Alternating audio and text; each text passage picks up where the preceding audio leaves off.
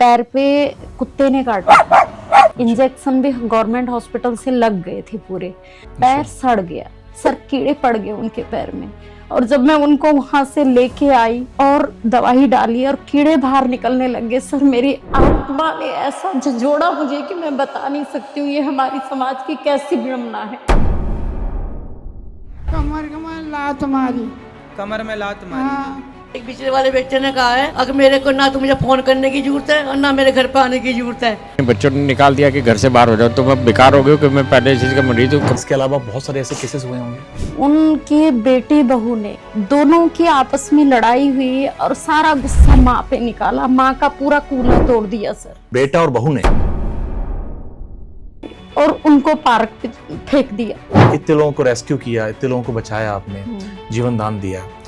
ये पैसा कितना खर्च होता है रोज का, कैसे मैनेज होता है? कि राशन, दूध, सब्जियां लोग हमें दे जाते हैं जी। उसकी कोई कमी नहीं होती। आप जैसे लोग आते हैं, दे जाते हैं, आप भी मदद करते हैं। जो खर्चा आता है, जैसे कि अभी किराए की बिल्डिंग है जी, सेवादार है, बिजली का बिल है, वो हमने 5100 रुपए का हमारा पर डे का खर्चा हमने जोड़ रखा है। सच तो यह है कि गौशाला के नाम पे लोगों ने करोड़ों रुपए छुपा लिए। मददगार होने के नाते एनजीओ खोल लेते हैं, एटीजी का लाइसेंस लेते हैं, नीति आयोग ले लेते हैं, उसके बाद में करोड़ों रुपए फंड डोनेशन चला जाता है। हाँ पर जो एक्चुअल नीडेड है, जो आप सालों से कर रहे हो, आप जैसे लोगों को सरकार की नजर ही नहीं पड़ती। जहाँ तक मैं दौड़ सकती थी मैं दौड़ी, लेकिन देखो ऐसा होता है कि एक आम महिला हूँ मैं, आम लोगों की कहाँ सुनी जाती है। तो ये सब देखकर आपको नहीं लगता कि कहीं ना कहीं हॉस्पिटल का स्टाफ बोल देता है कि कोई बात नहीं, हम आपके लिए लगेंगे?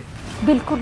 क्योंकि कहीं ना कहीं लग रहा है कि हॉस्पिटल से लेकर सारी संस्थाएं पैसों के लिए सिर्फ काम कर रही हैं। जब बकरा खुद हलाल होने आया है तो बिरयानी बनेगी भी और हम सब में बटेगी भी। लेकिन सोचना चाहिए कि इंसानियत का भाव आज भी जिंदा है लोगों में। अगर इंसानियत नहीं बचेगी तो ये मानवता, ये संस्कृति नहीं बचेगी।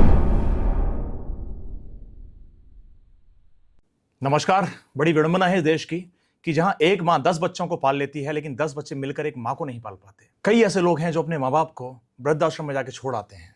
देश में कई वृद्धाश्रम चल रहे हैं। लोग नवदुर्गा में नवरात्रि रखते हैं, दुर्गा माँ की पूजा करते हैं, लेकिन अपनी माँ को वृद्धाश्रम छोड़ आते हैं। ऐसे ही वृद्धाश्रम को चलाने वाली आज संचालिका हमारे साथ बैठी हुई हैं। सुदर्शना मैडम, आपका स्वागत है बहुत बहुत। मैडम, सबसे पहले मैं जानना चाह रहा हूँ कि आपने जो ये वृद्धाश्रम खोला है, कितने लोग इसमें हैं और ये प्रेरणा आपको कहाँ से मिली? नमस्कार सर, ये प्रेरणा मुझे मेरी माँ से मिली और वृद्ध आश्रम में इस टाइम 20 से 25 लोग रह रहे हैं। उसका आंगन और आंचल नाम आपने रखा है। हाँ जी। ये आंगन और आंचल यानी कि प्यार भी मिले और आशीर्वाद भी मिले। बिल्कुल। तो इसमें बच्चे भी हैं? हाँ जी। तो कितने बच्चे होंगे टोटल? सर इस टाइम 18 बच्चे हैं जी। लेकिन वो डे केयर में हैं, अनाथ बच्चे नहीं हैं। अच्छा। डे केयर में हैं, वो नीडेड बच्चे, वो वाले बच्चे हैं जो कूड़ा बिनते थे और कूड़ा बिन के, कूड़ा बेच के सूंघने वाला नशा करते थे। ओहो, तो यानी आपने नशा मुक्ति के लिए भी प्रयास किए होंगे? हम बहुत प्रयास किए। तो मतलब आपने बच्चों को अपने पास हाँ रखा डे केयर में, राइट? हाँ जी। रात को अपने घर चले जाते हैं? झुग्गियां हैं इनके, तो अपनी झुग्गियों में चले जाते हैं। तो ये जो माँ बाप रह रहे हैं, जो बूढ़े माँ बाप हैं, ये कैसे हैं? इनको छोड़ा गया है या आपको कहीं मिले ये रास्तों में? नहीं, इनको हम रेस्क्यू करके लेके आते हैं। अच्छा। ये इनके पॉइंट होते हैं मिलने के, जैसे कि ये रैन बसेरों में मिलते हैं, गवर्नमेंट हॉस्पिटल के लावारिस वार्ड में मिलते हैं। अच्छा। फुटपाथ पे मिलते हैं, पार्कों के किनारों में, फ्लाईओवर के नीचे मिलते हैं। तो बहुत सारे ऐसे हालात देखे होंगे आपने कि एक मैंने आपका ही वीडियो देखा कि उसमें कीड़े पड़ गए हैं पैरों में। हाँ जी। हाँ बहुत जी, बुरी हाँ हालत जी, है। हाँ जी, तो वो आप जब रेस्क्यू करने जाते हो तब आपको मतलब ये देख के नहीं लगता कि इंसानियत मर चुकी है पूरी तरह से? बिल्कुल सर, इतना लगता है ना कि मैं आपको बता नहीं सकती हूँ। जिनकी आप अभी स्टोरी, जो वीडियो आपने देखी थी, आप ही मान के चले कि एमएमजी हॉस्पिटल में हर हफ्ते मैं विजिट करती हूँ। जी। और प्रदीप नाम है उन भैया का, उनका स्टोरी क्या है छोटी सी बताना चाहूँगी। जी।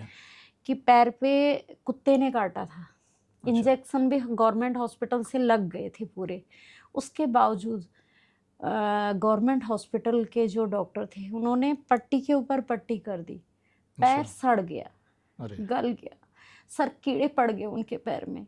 उनकी स्थिति को देख के मैं घर आके, आप ये समझो कि मैंने 3 दिन तक खाना नहीं खा पाई मैं उनकी स्थिति को देखते हुए।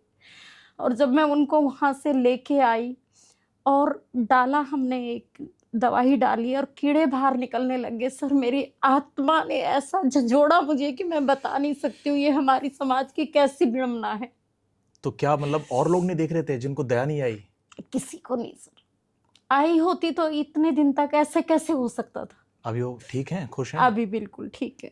मैंने आपके कई सारे वीडियो देखे जहाँ पर आप पट्टी कर रही हैं, इलाज कर रही हैं। मेरे ख्याल से इस शुभ कार्य में आपके भाई साथ हैं, हाँ मेरे भाई साथ हैं, बेटी साथ है, दामाद भी साथ हैं। दामाद भी साथ में। ये कितनी बड़ी मतलब अचीवमेंट है कि दुनिया ने पैसा कमा लिया, बंगले खड़े कर लिए, पर इंसानियत को नहीं खरीद पाए। बिल्कुल इंसानियत रही नहीं, बची नहीं किसी के बिल्कुल पास। नहीं बची है सर, बिल्कुल नहीं बची। कई ऐसे केसेस आपने और देखे होंगे, ये केस तो चलो पहला केस है, इसके अलावा बहुत सारे ऐसे केसेस हुए होंगे। बिल्कुल सर, एक केस बताती हूँ मैं। एक माता जी हैं, उनका नाम भुल्ली माता जी है, जी अर्थ लेके अंबेडकर पार्क में।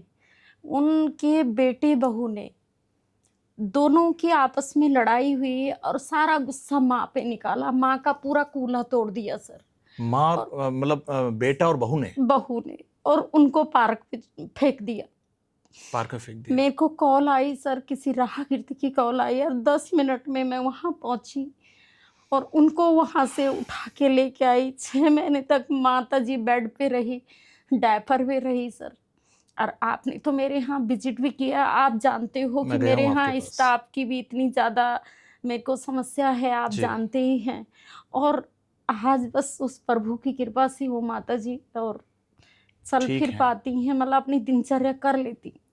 तो ये आप जो केसेस करती हैं, यानी कि जो लेके आती हैं अपने यहाँ पे, इनका खाना पीना रहना सब सर आप जैसे लोगों के सहयोग से और प्रभु की कृपा से वही होता है। आपको याद है आश्रम मैं अपने जन्मदिन पर आया जन्मदिन मनाया और था जन्मदिन आपने मनाया वहाँ। था। बिल्कुल मुझे ऐसा लगा कि मैंने देखो दोस्तों को पार्टियां सब देते हैं, हाँ जी, दुनिया को आप कितना भी खुश कर लो, लेकिन कोई आपके गुणगान गाने को तैयार नहीं है। पर बिल्कुल। मुझे लगता है कि आप चंद लोगों के साथ लम्हे बिता लो, वहां पे आपको जो सुकून और शांति मिलेगी, जो खुशी अनुभव होगी, वो मतलब अद्वितीय है, अलौकिक है।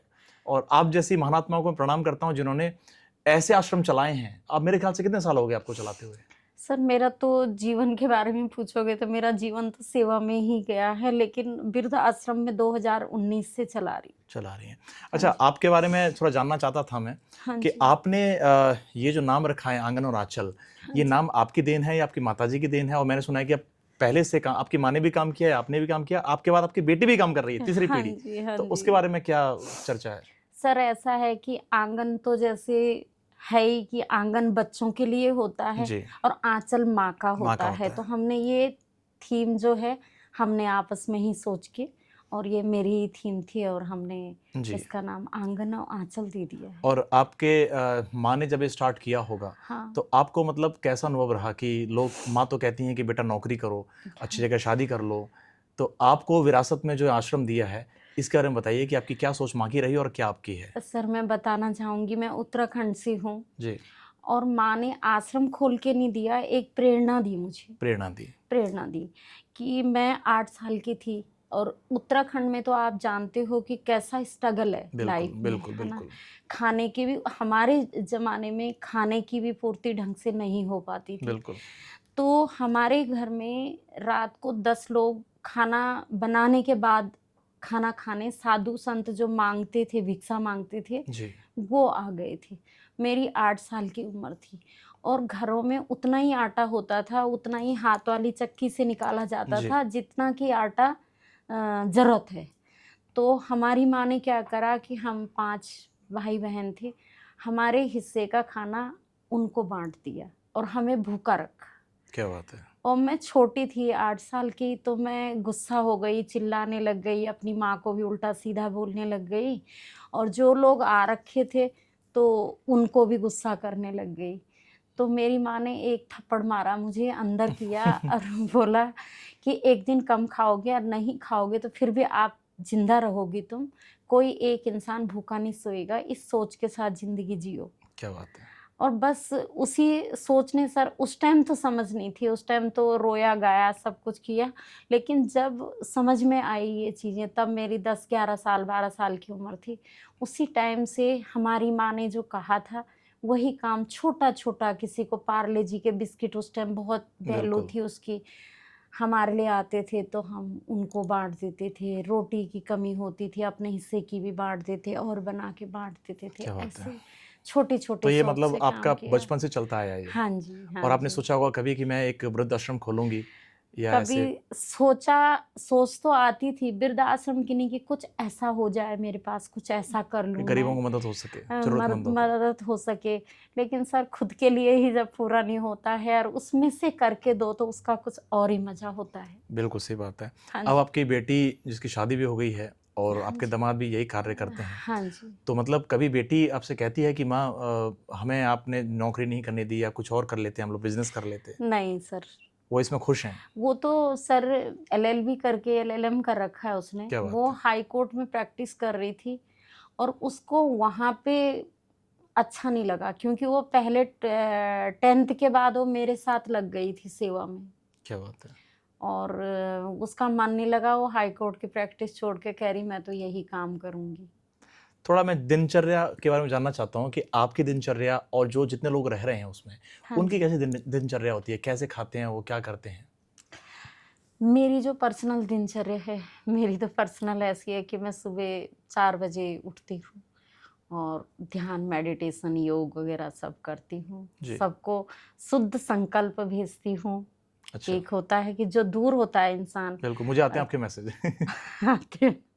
हाँ जी, तो वो शुद्ध संकल्प के द्वारा दिनचर्या अपनी शुरू करती हूँ बिल्कुल। कि अच्छा-अच्छा सोचेंगे तो अच्छा-अच्छा अच्छा होगा। होगा। और जो बीमार व्यक्ति हैं उनको भी संकल्प भेजिए, वो ठीक हो जाएँगे। ठीक हो जाएगा। तो यहाँ से सब दिनचर्या शुरू होती है। और वृद्ध आश्रम की जो दिनचर्या है, वो सुबह 6 बजे उठ जाते हैं। तो हमारा होता है कि भक्ति संगीत सुबह चला लेते हैं। अपनी दिनचर्या धीरे-धीरे, अपाहिज हैं, व्हीलचेयर पे हैं, नहाना-धोना, वॉशरूम वगैरह जाना, जो सेवादार हैं वो उनको ले जाते हैं, नहलाते हैं, धुलाते हैं। तो 8 बजे, साढ़े 8 बजे तक उनका नाश्ता होता है। जी। 8:30 बजे नाश्ता होता है। उसके बाद हमारी एक क्लास चलती है, उसे हम योगा क्लास, टाइपिंग से, टाइपिंग वाली? हाँ, थेरेपी? टाइपिंग वाली थेरेपी जी। और लाफिंग।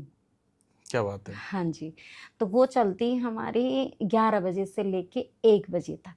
अच्छा। तो 11 बजे सब लोग जो भी हैं वो हॉल में आ जाते हैं और वहाँ पे हमारी वो क्लास चलती है। उसमें मेडिटेशन भी होता है, ओम ध्यान भी होता है, राम ध्यान भी होता है, बिल्कुल। और टाइपिंग क्लास, लाफिंग क्लास, ये सब हमारी चलती है। 1 बजे भोजन होता है, फिर वो 1:30-2 बजे तक रेस्ट कर लेते हैं। फिर 4 बजे उठ के चाय, नाश्ता नाश्ता। उनका होता है। फिर शाम को दोबारा हमारी क्लास फिर शुरू हो जाती है 6 बजे से लेके 7 बजे तक। अच्छा। दोबारा फिर हम एक्सरसाइज की क्लास जो भी होती है, जैसे जी। उनसे गाने गवा लिए, अंताक्षरी खिला ली, एंटरटेनमेंट थोड़ा हो जाता हाँ, होगा। कुछ ना कुछ वो करते रहती हैं। उनके बारे में बात कर ली, हंसी मजाक हंसी वाली मजा आता है, भी, मन लगा रहे सभी मन का। लगा रहे सबका, वो होता है। फिर रात को 7:30-8 में भोजन हो जाता है। जी। फिर वो टीवी वगैरह देखते हैं और 9:30 बजे तक सो जाते हैं। हाँ जी। मैंने बहुत सारे केसेस आपके यहाँ देखे, कोई पागल जैसा है जिसका दिमागी स्तर सही नहीं है, हाँ जी। जो अजीब अजीब हरकतें कर रहा हाँ जी। है ना? कई ऐसे लोग हैं जो हंसे जा रहे हैं, हाँ तो जी। इनको कैसे मैनेज करती हो आप? बस ये समझिए, देखो करने वाला तो परमात्मा है, वही जी। शक्ति देता है हमें, जी। है ना? लेकिन उनको उन्हीं के तरीके से, जैसे वो हंस रहा है तो उसके साथ हंसी जाओ, वो गुस्सा कर रहा है तो थोड़ा सा साइड हो जाओ, थोड़ा उसके साथ एंजॉय कर लो, उसी गुस्से को एंजॉय कर लो। बिल्कुल। बस इस तरीके से सब हैंडल हो मतलब जाता उनका भी है। मन लगा रहता है और साथ में हाँ, आपका भी मन लगा रहता है। बिल्कुल, बिल्कुल। मुझे तो वहाँ के बगैर मेरा जीवन ही नहीं चल सकता है। मेरे को कोई बोले रे 2-3 दिन तक खाना मत खाओ, मैं छोड़ दूँगी, लेकिन वहाँ नहीं छोड़ सकती। सही बात है।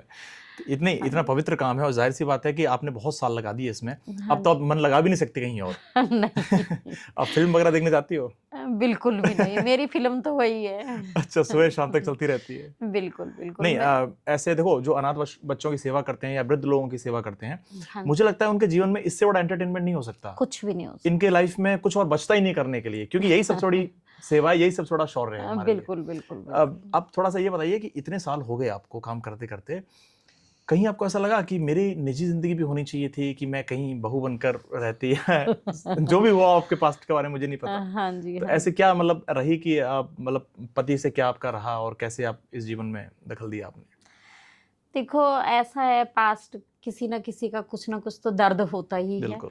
लेकिन रहा हस्बैंड का भी रहा, जैसे कि मैं इन कामों में, वो करते तो थे अपना काम, जो करते थे। पहले स्टार्टिंग में सपोर्ट बिल्कुल भी नहीं था। आपने अकेले शुरू किया? बिल्कुल भी नहीं था, समाज का नहीं था। पूछो नहीं, आप ज़्यादा पूछोगे मैं बहुत, मेरी इतनी इसमें दर्दनाक कहानी स्टोरी है कि बस संभलना मुश्किल नहीं, हो जाता किसी को है नहीं पता, इसलिए मेरे। मैं पूछ रहा हूँ आपसे कि ऐसी क्या कहानी थी जो आपको मतलब इतना दर्द दे गई कि आपने लोगों के दर्द लेना शुरू कर दिया? सर, एक महिला, सच में आप जानना चाहोगे तो एक महिला अपने आप में, जो जिसके जीवन में खुद में ही दर्द हो, तो आप सोचो कि वो महिला अगर उस दर्द को सही दिशा में ले जाए और उस दूसरों के दर्द बांटने लग जाए, तो अपना दर्द तो ऑलरेडी खत्म हो जाए। बिल्कुल सही बात है। होगा या नहीं? बिल्कुल। तो बस ऐसे दर्द रहा सर मुझे, तो ये समझिए कि बाहर भी नहीं निकलने दिया जाता था। और अच्छा, तब भी ससुराल मैंने, में? हाँ, बाहर नहीं निकलने दिया जाता था, काम नहीं करने दिया जाता था। और मैंने कौन सा काम ऐसा नहीं होगा कि जो मैंने किया नहीं। मैंने छोटे छोटे काम घर में ही शुरू किए, कुछ पीस बनाने वाला काम शुरू किया। फिर मैंने एक छोटी सी कॉस्मेटिक की दुकान खोली, फोल्डिंग पे नीचे बिछा के फोल्डिंग को ऊन बेचना शुरू किया था सबसे पहले। एसटीडी लगाई थी। तो मतलब पारिवारिक हालत सही नहीं थी या फिर आप खुद करना चाह रही थी? नहीं, पारिवारिक हालत भी कुछ मेरी ठीक नहीं थी।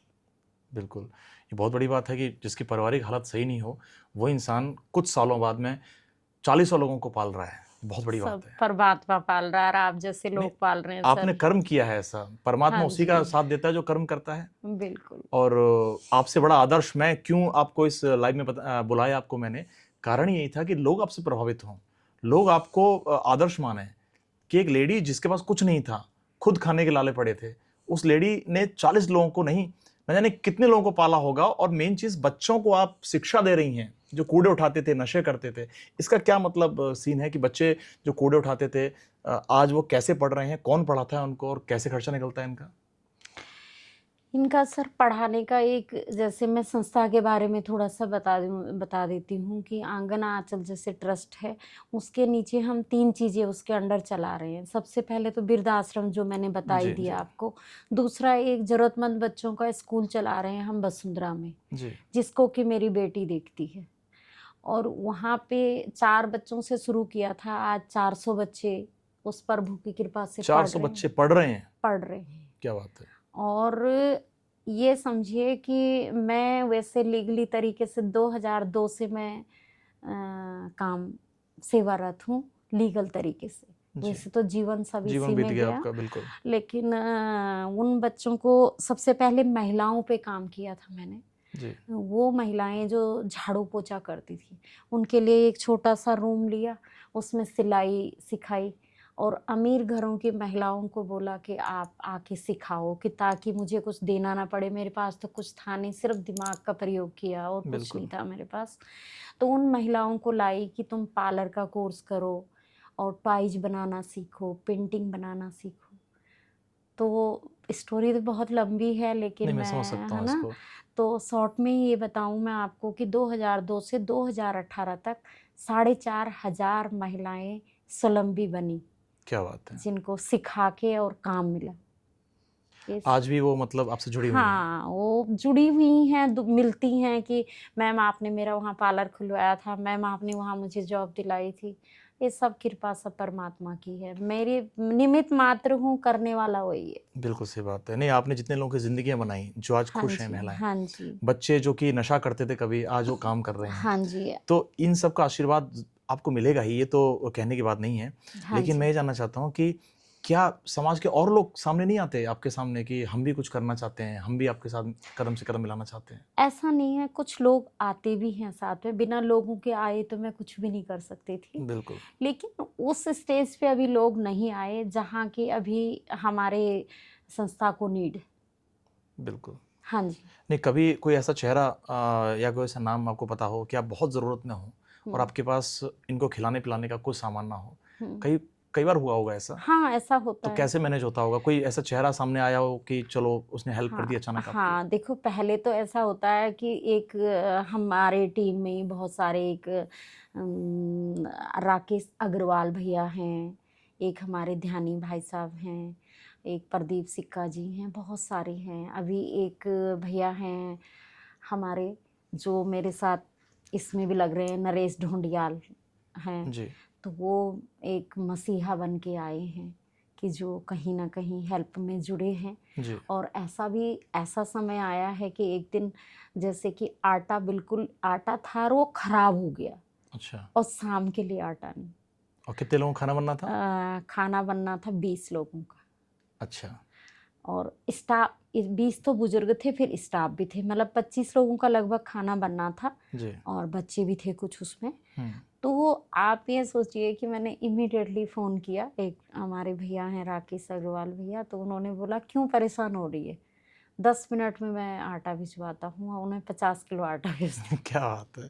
नहीं, बहुत सारे ऐसे लोग हैं हाँ जी, प्रभु की कृपा से जो मसीह बन के सामने आते हैं, लोगों के लिए बिल्कुल सेवा आते करते हैं। आते हैं। और ये मुझसे बेटर कोई नहीं जान सकता, क्योंकि मैंने भी लॉकडाउन के अंदर, आपने देखे हो मेरे वीडियो तो, हाँ बिल्कुल जब लोग देखे हैं भूखे मर मैंने। रहे थे, जो लोग है ना अस्पताल में थे, मैंने तो डेड बॉडीज उठाई हैं। हाँ बिल्कुल तो बिल्कुल। मुझे ऐसा लगता है कि ये सेवा करने के बाद आपको मुझे ऐसा लगता है कि मैं मंदिर ना भी जाऊँ ना तो भगवान आशीर्वाद बनाए रखेगा।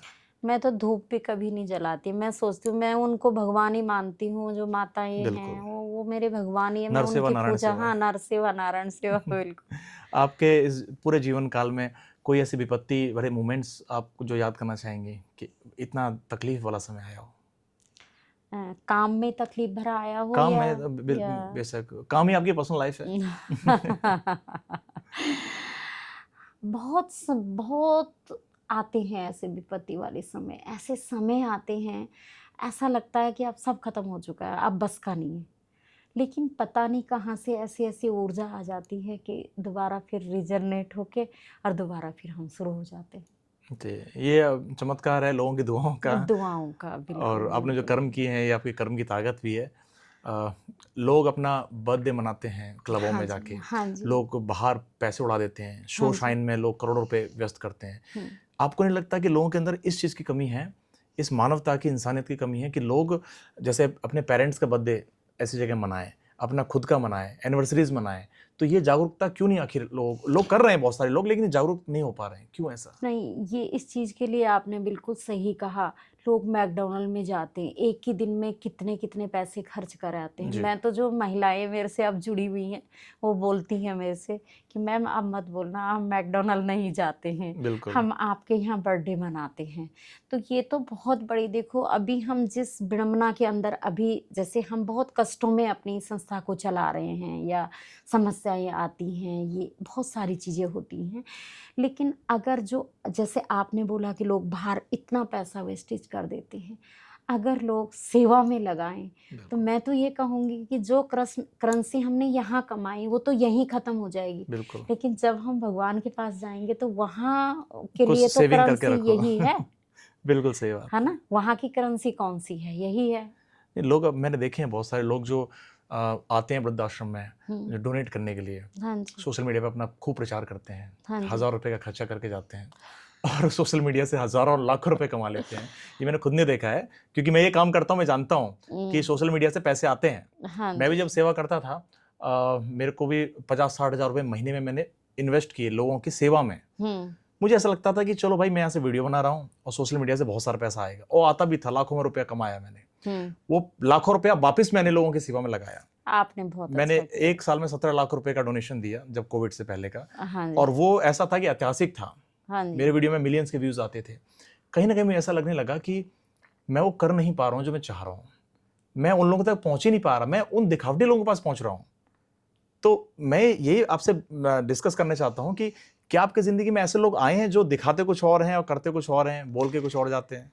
देखो, हर प्रकार का व्यक्ति है, लेकिन जो व्यक्ति वहाँ आ रहा है, मुझे लगता है कि उसके बारे में बोलना हमारे लिए थोड़ा सा उचित नहीं रहेगा। ये सही बात है। लेकिन आते हैं। लेकिन आप जो कर रहे हैं, देखो जैसे कि वीडियोज बनाते हैं, बड़े बड़े सेलिब्रिटी भी होंगे आपके पास, बिल्कुल। लेकिन आप हमारे जैसे लोगों की वीडियो बना रहे हैं, तो देखो परमात्मा अपने आप देखेगा। नहीं, कारण एक ये भी होता है ना मैडम, कि आप देखिए, हम वीडियो सेलिब्रिटी साथ बनाएं, अच्छे हाँ। व्यूज पाने के लिए, हाँ जी, और एक वीडियो बनाए हम उन मददगार लोगों के लिए, उन जरूरतमंद लोगों के लिए हाँ जी, जिनको एक्चुअल जरूरत है। हाँ उससे जी, दो फायदे हैं। एक तो फायदा ये है कि हम उनके लिए कुछ कर रहे हैं, दूसरा फायदा ये है कि हमारे वीडियो को देखकर न जाने कितने लोग जागरूक हो रहे हैं। बिल्कुल बिल्कुल। पहले लोग सोशल मीडिया पे बांटने के लिए, डोनेट करने के लिए वीडियो नहीं बनाते थे। हाँ आज बहुत लोग बना रहे हैं। पूरा बहुत सोशल लोग मीडिया बना पे रहे हैं। पुलिस वाले भी दान दे रहे हैं, लोग भी दान दे रहे हैं, कई हाँ जी, हाँ जी, ऑफिसर्स भी लगे पड़े हैं इस काम में, हाँ सेवा जी, कार्य में। बिल्कुल बिल्कुल। देखिए, अब दिखाइए, पर करिए तो सही। अब करके दिखाइए, कोई दिक्कत नहीं है। नहीं, खूब आपकी वाहवाही लीजिए, पर आप लोगों की सेवा जरूर कीजिए। दिक्कत उन लोगों से है जो दिखाते बहुत ज्यादा है और करते कुछ नहीं है। बिल्कुल हमने आपने देखा तो ये भी है कि लोग 5-5, 6-6 हजार रुपए दे के वापस लेके चले जाते हैं। ये भी देखा है मैंने बहुत बार। बिल्कुल नहीं, आपकी जो ये बात है बिल्कुल सही है। अब मैं आपको अपने बारे में ये बताना चाह रही हूँ कि 2002 से अभी तक कितना लंबा जीवन हो गया। बिल्कुल आपने हमारी स्थिति भी देखी है। बिल्कुल अगर हम ऐड करना चाहते या वीडियो बना के कुछ पब्लिसिटी करना चाहते, हमें तो पब्लिसिटी करनी ही नहीं आती है। आप जैसे लोग आते हैं, कोई वीडियो बना देते हैं, वो हमारी डल जाती है, बस उसी में अपना नहीं, अच्छा है। और मुझे लग रहा है कि संतुष्टि ऐसे करते लोग, हैं। बहुत लोग आए होंगे आपकी वीडियोस देखकर। हाँ आए हैं, वीडियो देख के भी आते हैं मैंने लोग। लास्ट टाइम भी आपके आश्रम जब गया था, उनसे बात भी की मैंने, जो जरूरतमंद थे। हाँ जी, उसके बाद मैंने निश्चय किया कि जन्मदिन भी आपके यहाँ मनाऊं मैं। हाँ बिल्कुल, और जन्मदिन उस आपने समय मेरे माँ बाप को थोड़ी तकलीफ थी, हाँ वो जी, बीमार थे मेरे पापा, हाँ तो हॉस्पिटल से डायरेक्टली वहाँ पर आए। हाँ जी, और उनका पहला ऐसा मौका था हाँ जी, मेरे माँ हाँ बाप का कि वो किसी आश्रम में आके सेवा कर सकें, और मैं चाहता था कि मेरे निमित्त का फल मेरे माँ बाप को मिले। तो उनको इतना अच्छा लगा, वो फिर आपके बारे में बात भी कर रहे थे। और ये बहुत सरल है ऐसा बोलना कि आश्रम ही तो चला रहे हैं, क्या हो गया, सब करते हैं, लेकिन उसको जीना बहुत मुश्किल है। अपनी बहुत कमाई मुश्किल से है। दूर, अपनी परिवार से दूर लोगों की सेवा करना सुबह से लेकर शाम तक एक परिवार मानकर, बहुत कठिन कार्य है। तो ये तो बहुत ऊपर वाले का चमत्कार है कि ऐसे लोग आप समाज में हैं जो इन लोगों की सेवा कर रहे हैं। एक बात और मुझे बताएं कि आपने इतने लोगों को रेस्क्यू किया, इतने लोगों को बचाया, आपने जीवन दान दिया, ये पैसा कितना खर्च होता है रोज का, कैसे मैनेज होता है? बस दीपक जी, पैसा तो पर डे का खर्चा हमारा, जो हमारा डे केयर वृद्धाश्रम है तो ज़्यादा, लेकिन जो मोटा माटी हमने जोड़ रखा है, क्योंकि राशन, दूध, सब्जियां लोग हमें दे जाते हैं, जी उसकी कोई कमी नहीं होती। आप जैसे लोग आते हैं, दे जाते हैं, आप भी मदद करते हैं। तो ये जो खर्चा आता है, जैसे कि अभी किराए की बिल्डिंग है, जी सेवादार हैं, बिजली का बिल है, या अदर कोई भी खर्चे हैं, वो हमने 5100 रुपये का हमारा पर डे का खर्चा हमने जोड़ रखा है, जिसको कि हम लोगों को कहते हैं अन्नदान महादान में। आप बिल्कुल। हमारे यहाँ जुड़े और भोजन हमारे यहाँ बनेगा, और आप इसका सहयोग हमें दीजिए, जो कि आप बर्थडे के रूप में या मैरिज एनिवर्सरी, जो भी ओकेजन आपके बिल्कुल। घरों में है, आप हमारे यहाँ आके सेलिब्रेशन कराइए तो उसका। अभी आप इस वक्त बैठी हुई हो, हाँ आपके जी। पास कितना राशन बचा है, कितने पैसे बचे हैं? ऐसे पर्सनल क्वेश्चन है, जानना चाहता हूँ। राशन तो सर अभी हमारा 15-20 दिन का है। अच्छा राशन तो है और आ भी जाएगा, लिस्ट भेजते हैं हम लोगों को, अच्छा, तो वो आ डोनेट करते जाएगा। रहते हैं। हाँ जी, लेकिन पैसे का तो सर अभी क्या बोलो, मेरा बिजली का बिल ही ड्यू हो रखा है। अच्छा, नहीं, मैं इसीलिए पूछ रहा हूँ कि मैं लोगों तक बताना चाहता हूँ कि जो लोग चाहते हैं कि अपना बर्थडे सेलिब्रेट करें एक ऐसी जगह जहाँ आपको सुकून, शांति और आशीर्वाद भरपूर मिले, हाँ जी, तो ऐसी जगह पर माताजी का नंबर मैं आपको दे रहा हूँ। इस वीडियो के आखिरी में वीडियो मैं नंबर दूंगा आपको मैं। आप लोगों से क्या कहना चाहेंगे कि लोग क्यों जुड़े? मतलब ये जो इंसानियत और मानवता का जो हर्ष हो रहा है, आप देख रहे हो आतंकवादी हमले हो रहे हैं देश में, कहीं ना कहीं लोगों को लूटा जा रहा है। आजकल कितना फ्रॉड हो गया, साइबर फ्रॉड, कि जब मोबाइल करो किसी को तो आधा घंटा बचता रहता है कि कोई फ्रॉड हो सकता है आपके साथ में। तो दुनिया लूटने पर, दूसरों को यूज़ करने पर इस कदर हावी हो चुकी है कि आम इंसान रह ही नहीं पा रहा है। तो ऐसे लोगों को जो परोपकार के कार्य में जुड़ना चाहते हैं, उन लोगों के लिए क्या राय देना चाहेंगे? उनको तो मैं यही राय देना चाहती हूँ कि जैसे 1 मिनट में ही मोबाइल से, बैंक से लूट लेते हैं बिल्कुल। पैसे। अगर नर सेवा नारायण सेवा में जुड़े रहें, तो हमने जब ऊपर जाना है, वहाँ की करेंसी हमारी सेव हो गई, बिल्कुल सही बात है। सेव हो गई, है बिल्कुल। ना? तो आजकल ये जो यूथ है, आप जैसे बच्चे हैं या और भी जो आते हैं हमारे यहाँ, उनका फिर भी हल्का फुल्का चेंज हो रहा है, बदलाव आ रहा है। वो बदलाव आ रहा है। ऐसी बात नहीं है बदलाव बिल्कुल। नहीं आ रहा है, लेकिन जितना आना चाहिए, जितना लोगों के पास है, उस हिसाब से लोग अभी थोड़ा सा पीछे। एक इनकम में से मुझे लग रहा है 10% अगर सेवा में लगा दी 10% जाए, सेवा में लगा दें, बिल्कुल और बिल्कुल। जितनी इस देश की अर्थव्यवस्था है उसका 10% अगर गरीबों के लिए लगा दिया जाए तो मुझे लग रहा है कोई भूखा नहीं मरेगा। बिल्कुल बिल्कुल बिल्कुल। अब जैसे आप जान रहे हैं कि हम किराए की बिल्डिंग में कितने परेशानियों में हैं। जी गवर्नमेंट का सुनती हूँ मैं कि गवर्नमेंट के पास इतना फंड है, ये बिल्कुल। है, वो है। ऐसी संस्थाओं को ढूंढे जो नीडेड है। तो आपको किसी गवर्नमेंट की तरफ से कुछ आया नहीं ऐसा कि हम आपके लिए बना के दे देते हैं या ऐसा कुछ? कुछ भी नहीं, कुछ भी नहीं। जबकि मैंने आपके शहर के ही मंत्री कैबिनेट में आ चुके हैं, उन हाँ तक आपने कभी भी इस बात नहीं पहुंचाई? नहीं, मतलब मैंने जो पहले मैं जो कोशिश कर चुकी हूँ, मैं जनता दरबार तक जा चुकी हूँ योगी जी के, लेकिन वहाँ क्या होता है, लाइन में लगो और जब मिलने की बारी होती है तो तब ये बोल दिया जाता है कि महाराज जी तो किसी काम पे हैं, व्यस्त हो गए हैं। तो कोई मंत्री आके सबके पेपर लेता है, किसी को सुनते कोई है ही नहीं। ये कहने की बातें हैं। जबकि सच तो यह है कि गौशाला के नाम पे लोगों ने करोड़ों रुपए छुपा लिए। हाँ मददगार होने के नाते एनजीओ खोल लेते हैं, एटीजी का लाइसेंस लेते हैं, नीति आयोग ले लेते हैं, उसके बाद में करोड़ों रुपए फंड डोनेशन चला जाता है। हाँ पर जो जी, एक्चुअल नीडेड हैं, जो आप सालों से कर रहे हो, आप जैसे लोगों को सरकार की नजर ही नहीं पड़ती। कुछ भी नहीं, कुछ भी नहीं। तो आपने कभी तो इसकी गुहार लगाई होगी बड़े अधिकारियों से, बड़े नेताओं से कि भाई हम भी। कुछ मुझे इसका हज़र हुआ ही नहीं। मैंने बहुत कोशिश करी, लगी, जहाँ तक मैं दौड़ सकती थी मैं दौड़ी, लेकिन देखो ऐसा होता है कि एक आम महिला हूँ मैं, आम लोगों की कहाँ सुनी जाती है। नहीं, सुननी तो पड़ेगी सरकार को, इसलिए आपकी आवाज़ को उठाने के लिए मैं यहाँ बैठा हूँ। धन्यवाद और मैं इसके चाहता हूँ लिए। कि भारत सरकार से, इस राज्य सरकार से, कि जैसे ये मैडम हैं जो अपना पूरा जीवन लगा चुकी हैं लोगों की सेवा के लिए, बहुत सारे ऐसे लोग हैं जो अपना पूरा जीवन लगा चुके हैं लोगों की सेवा करने के लिए। इनके पास 40 से ऊपर में लोग हैं जो कि इनके यहाँ पल रहे हैं, इनके द्वारा दवाई की जा रही है, उनको खाना खिलाया जा रहा है। इनको अगर नहीं मिलेगी सरकारी सुविधा तो आगे कहाँ तक जा पाएंगे, और इनको कैसे लोग देखकर सेवा भाव में उतर पाएंगे, जबकि कितने करोड़ों लोग हैं जो सरकार से फंड उठाकर अपने अकाउंट भर चुके हैं, लोगों तक पहुंचा ही नहीं वो फंड। तो मेरी तो अपील है भारत सरकार से, बिल्कुल। और सरकार के लिए आप क्या मैसेज देना चाहेंगी? मैं सरकार के लिए भी यही मैसेज देना चाहती हूँ कि देखो, जो समाज में इतने लंबे समय से काम करता है, आप किसी भी डिस्कस में भी उसको, जैसे होता है आपस में, ये इसमें भी अगर उसको बिठाओगे तो समाज के बारे में उसको, मैं अपनी बात नहीं कर रही, मैं किसी भी जो सामाजिक संस्था चला रहे हैं जिसको गहराई से जानकारी, पैसा ही तो नहीं है, पैसा सब कुछ नहीं सही होता बात है, है। एक जानकारी भी बहुत कुछ होती है। बिल्कुल।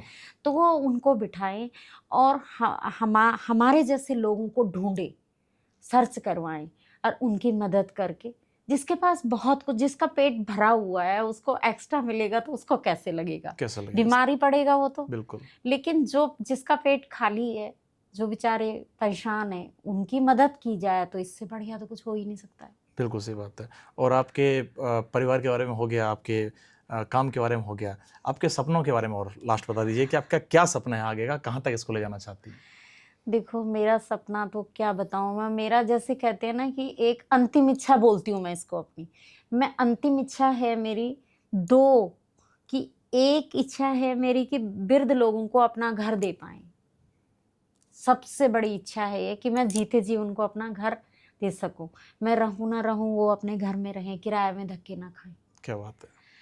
और दूसरा, मेरी बहुत बड़ी तमन्ना, वो पता नहीं पूरी होगी कि नहीं, परमात्मा जाने या आप जैसे सहयोगी लोग जाने, कि मेरी बड़ी तमन्ना है दिल में कि एक चैरिटेबल हॉस्पिटल क्या बात है। इस नज़दीक हो, जो गरीब लोग हॉस्पिटल तक भी नहीं पहुंच पाते हैं, क्योंकि मैं बहुत लोगों को हॉस्पिटल तक पहुंचाती हूं, लेकिन उनको वो चीज़ नहीं मिलती, तो एक चैरिटेबल हॉस्पिटल बना पाएँ। क्या बात है। मतलब ये ऐसा सपना देखना भी बहुत बड़ी बात है अपने आप में। अच्छा, आपने अस्पताल बहुत सारे चक्कर लगाए हैं, अस्पतालों के क्या हालात हैं, सरकारी अस्पतालों के, ये बताएंगे आप?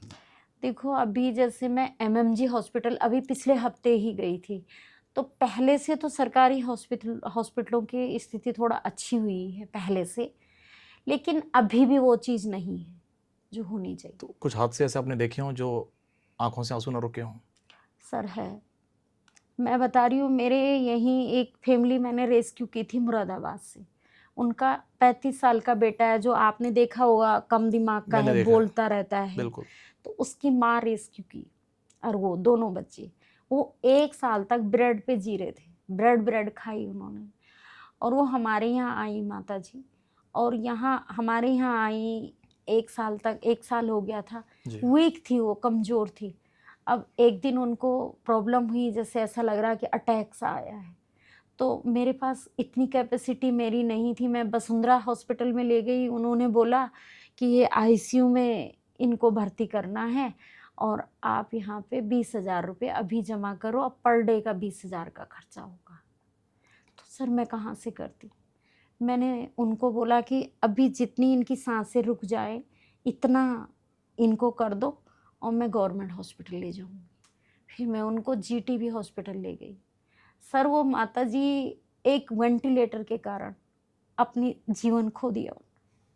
आप समझ सकते हैं कि क्या बीती होगी मेरे पे, कैसे कैसे मैंने क्या किया होगा। तो ये सब देखकर आपको नहीं लगता कि कहीं ना कहीं सरकार तो चलो अपनी जगह कर ही रही है, कहीं ना कहीं लोगों के अंदर ये कमी आ जाती है कि वहाँ अगर हॉस्पिटल का स्टाफ बोल देता कि कोई बात नहीं, हम आपके लिए लगेंगे, बिल्कुल क्योंकि कहीं ना कहीं लग रहा है कि हॉस्पिटल से लेकर सारी संस्थाएं पैसों के लिए सिर्फ काम कर रही हैं। बिल्कुल कहीं ना कहीं सोचना चाहिए कि इंसानियत का भाव आज भी जिंदा है लोगों में। अगर इंसानियत नहीं बचेगी तो ये मानवता, ये संस्कृति नहीं बचेगी। बिल्कुल। फिर भी नमन करता हूँ आप जैसी महिला को जो ऐसे कार्य कर रही हैं और लोगों को अस्पताल ले जा रही हैं, लोगों के लिए लड़ रही हैं, उनको सेवाएं दे रही हैं, खाना बना रही हैं। और लोगों को भी मैं कहना चाहता हूँ कि जो लोग सरकारी संस्थाओं में जाके देख रहे हैं कि भ्रष्टाचार हो रहा है, उनके सामने लाशों के ढेर लग रहे हैं, इनकी आवाज़ उठाइए आप। आज मैडम ने न जाने कितने लोगों की ज़िंदगी बचा दी, कितने लोगों को रोज़गार दिया, कितने लोगों को सेवाएं कर रही हैं। तो जो लोग चाहते हैं कि ऐसे आश्रमों में जाके अपनी सेवाएं दें, अपना बर्थडे मनाएं, एनिवर्सरीज मनाएं, उनके लिए तो स्वागत है ही, साथ में अपनी कमाई का कुछ हिस्सा मुझे लगता है कि संस्थाओं को देना चाहिए। तो मेरा आपसे हाथ जोड़ के निवेदन है, और मैडम को आज लाने का यही उद्देश्य था कि ऐसे लोगों के बारे में जाना जाए। हम सुपर हीरोज़ कहते हैं बॉलीवुड स्टारों को, हम सुपर हीरोज़ कहते हैं बड़े बड़े इन्फ्लुएंसरों को, पर देश के असली सुपर हीरो वो हैं जो बॉर्डर पर खड़े हुए हैं, और असली सुपर हीरो ये भी हैं जो समाज में लोगों के लिए खड़े हुए हैं। इनकी सेवा कीजिए, इनकी सहायता कीजिए। इनका नंबर मैं डिस्क्रिप्शन बॉक्स में छोड़ रहा हूँ, कृपया इनकी मदद कीजिए। जय हिंद, जय भारत। Thank you madam.